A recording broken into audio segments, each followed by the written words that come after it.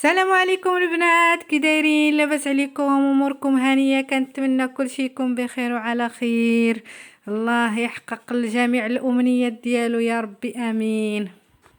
اليوم البنات جيتكم بوصفه زوينه بزاف بزاف، مزيانه للسخانه، مزيانه لضيق التنفس، مزيانه للكحه، مزيانه للبرد، نزله البرد، مزيانه الحمى.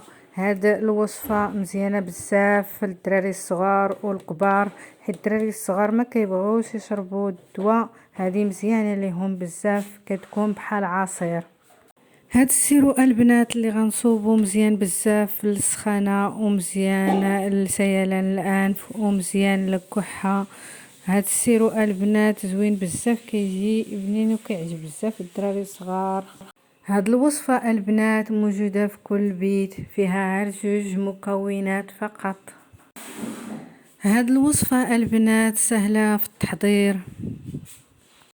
يلا هالبنات، على بركة الله نبداو في الوصفة ديالنا نقدوها.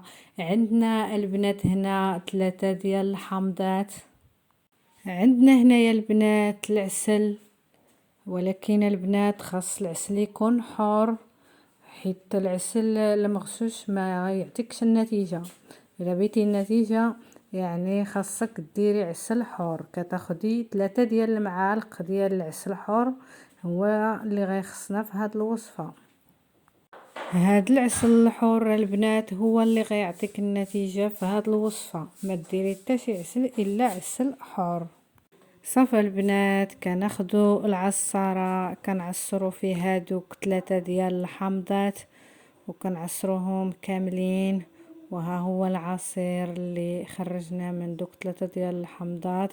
كناخدو واحد الكاسرونه نقيه، كنكبو فيه هذاك العصير، وكنديروا عليه دوك 3 ديال المعالق ديال العسل، وكنديروا فوق البوطه يطبخ غير شي شويه.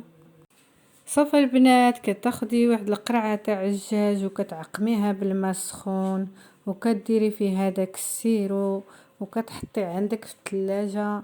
وقت ما بيتي كتاخديه وكديريه فوق البوطه يسخن شي شويه يدفى. وكل اللي عندك فيه السخانه وفيه الرواح ولا فيه سيلان الانف، ولا اللي فيه الالم ديال الحنجره، ضيق التنفس، هذا مزيان بزاف ليه. غير يدفى البنات غير شي شويه. صافي كتاخدي منه معلقه في الصباح، ومعلقه في نص النهار، ومعلقه بالليل. هاد الوصفه تاع البنات اللي كنحط لكم كنجربهم في راسي، عاد نحطهم لكم، راه مجربين وكيعطيو النتيجه 100%. صافي البنات، هالسيرو قدينا. الله يجيب الشفاء للجميع. اللهم صل على نبينا محمد وعلى آل نبينا محمد، والسلام عليكم ورحمة الله.